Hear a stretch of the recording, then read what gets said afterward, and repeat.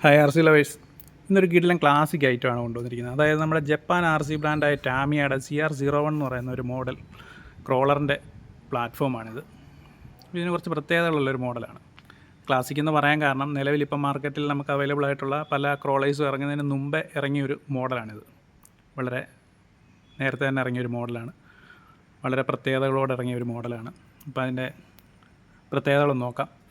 നമുക്കിത് aluminium ladder ഫ്രെയിമാണ് വരുന്നത്. പിന്നെ 4 ലിങ്ക് സോളിഡ് ആക്സിൽ സിസ്റ്റം വരുന്നുണ്ട്.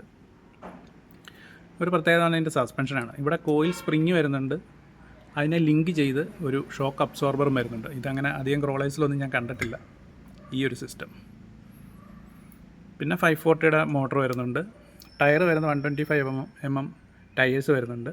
പ്ലാസ്റ്റിക്കിൻ്റെ പീഡ്ലോക്ക് അലോയ്സ്.